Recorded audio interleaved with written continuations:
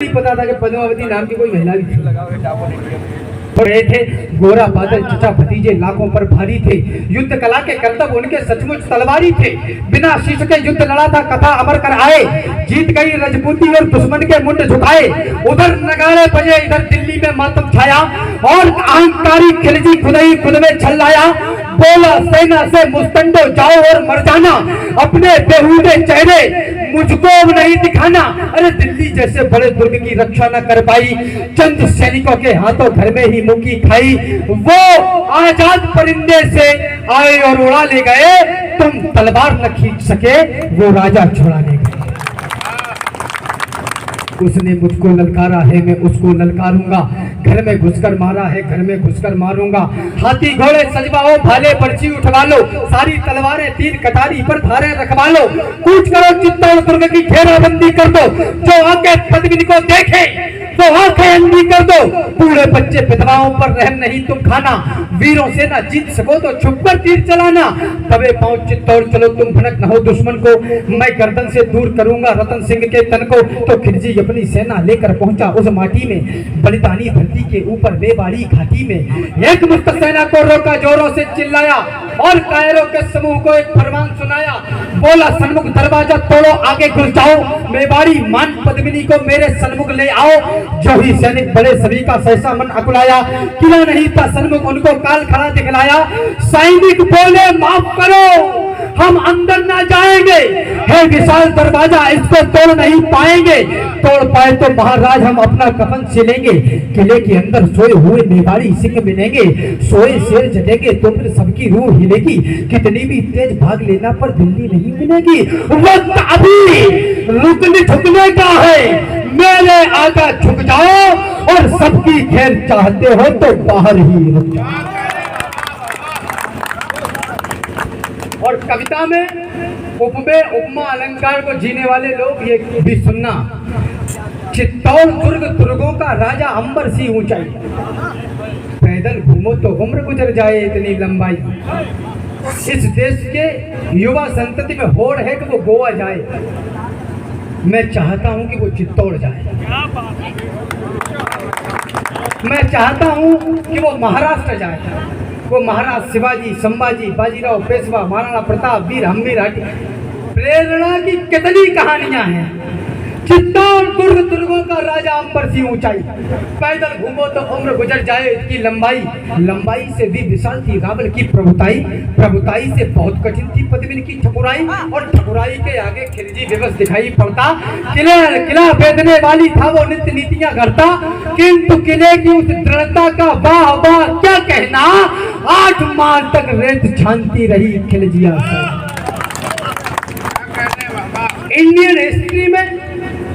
Indian history में सब इतिहास में पढ़ाया जाता है मुगल आर्किटेक्चर। मुगल एम्पायर में कितना सारा आर्किटेक्चर गढ़ा गया, बिल्डिंगें गढ़ी गई, इमारतें गढ़ी गई, हमें तो कहीं दिखाई नहीं देती। 8 माह तक रेत छानती रही खिलजिया सेना। दीवार दुर्ग की ददक रही थी दंगल के जंगल में, और दुष्ट दारुण दुख पाते मेवाड़ी बंगल में। जिधर देखते थे केवल बस रेत दिखाई पड़ता, सम्मुख किला किले सन्मुख रणखेत दिखाई पड़ता। सुनो सहस्त्रों शंकर का सम्मान किले के ऊपर, और एकलिंग महादेव वरदान किले के ऊपर। किला किलेश्वर क्या कमाल था, कुशल कमाल वही था। किला किला था केवल किला किले का नाम नहीं था। गुप्तचरों ने देखा और राणा रावल से बोले, पहले सांस संभाली और फिर धीरे से मुंह खोले। बोले हुकुम, किले के बाहर काले घन छाए हैं, खिलजी के कायर सियार द्वारे तक चढ़ाए हैं। खिलजी की सारी सेना है थोड़ी दूर किले से, उस रोज खबर ये रतन सिंह के उतरी रही गले से। थे महान बलवान किंतु दिल में खलबली मची थी, उस दिन रावल को सचमुच गोरा की कमी खली थी।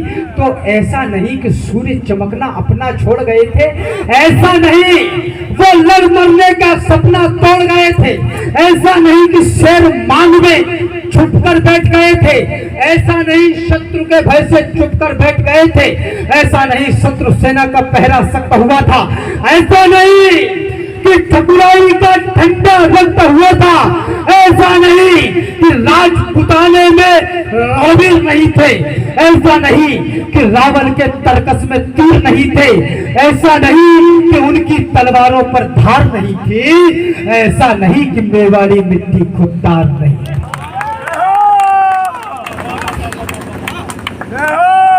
केवल एक यही भय था जो उनको रोक रहा था। कहा गया कि दाना पानी खत्म हो गया तो लड़ने के लिए आए। उन इतिहासकारों के सामने प्रश्न खड़ा करता हूं, बिना नेतृत्व की सेना, बिना राजा की सेना चित्तौड़ से चलकर दिल्ली से अपने राजा को दुश्मन के जबड़े से खींचकर बाहर ला सकती है, वो 8 महीने तक छाती पर दुश्मन को बर्दाश्त नहीं करेगी। दूसरे दिन किले से बाहर निकलेगी, कलेजा चीर के हाथ में। केवल एक यही भय था जो उनको रोक रहा था, मानवता का रक्त बहेगा, ये डर टोक रहा था। वही आ गई बात पर्वत और युद्ध के किस्से और वैश्या का। ये तीनों समुचित दूरी से ही बीते सुंदर सुख। कथा युद्ध की सुनने में रमणीक लगा करती है, मगर समर्थन में शोणित की धार बहा करती है। बच्चे अनाथ होते हैं, बहुएं विधवा हो जाती हैं, तभी युद्ध की असली सूरत मित्र नजर आती है। तो यही सोचते थे रावण की अगर लड़ाई होगी तो ये सच है दुनिया में अपनी ठकुराई होगी, अपनी ठकुराई होगी तो हर जगह बड़ाई होगी, किंतु बड़ाई की कीमत सचमुच योद्धाई होगी। खिलजी की सेना में है जितने भी लड़ने वाले, उनमें से ज्यादातर हैं भारत के रहने वाले, और भारत के रहने वालों से हरगिज नहीं भिड़ेंगे जब तक युद्ध तले टालेंगे तत्पश्चात। तो पहले कफन बांध लो सिर पर, फिर भगवा बंधवाओ।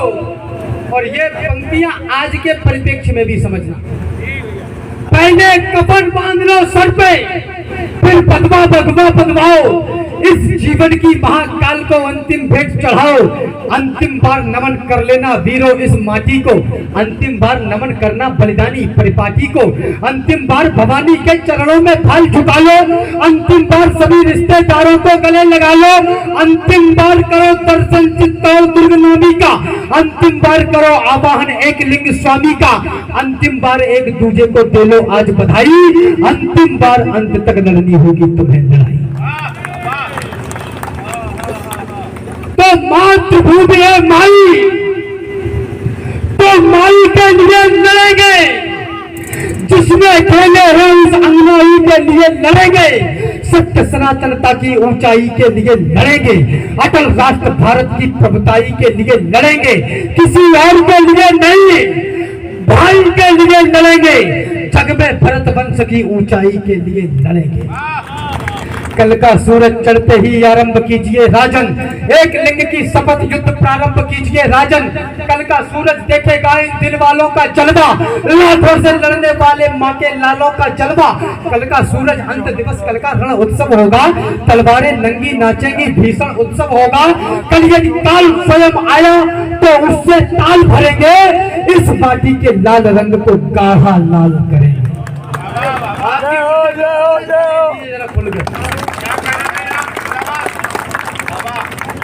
इस माटी के लाल रंग को गाढ़ा लाल करेंगे। अंतिम छंद रख के अपना स्थान लेता हूँ। 1 मिनट आपका समय मुझे आपके स्थान पर और चाहिए कि फाटक खुले, किले भीतर से लावा फूट पड़ा था और खिलजियों पर भूखे सिंहों सा टूट पड़ा था। पदचापों से उड़ी धूल धरती को गगन बनाती, मातृभूमि की रक्षा का क्या अनुपम दृश्य दिखाती। हर हर महादेव की धुन से गुंजित हुई दिशाएं, तभी अग्नि की तेज लपट से चलने लगी हवाएं। बढ़े काल से हाथ मिलाने, सिर पर कफन लपेटे, आज चले आंखें खेलने एक लिंग के बेटे।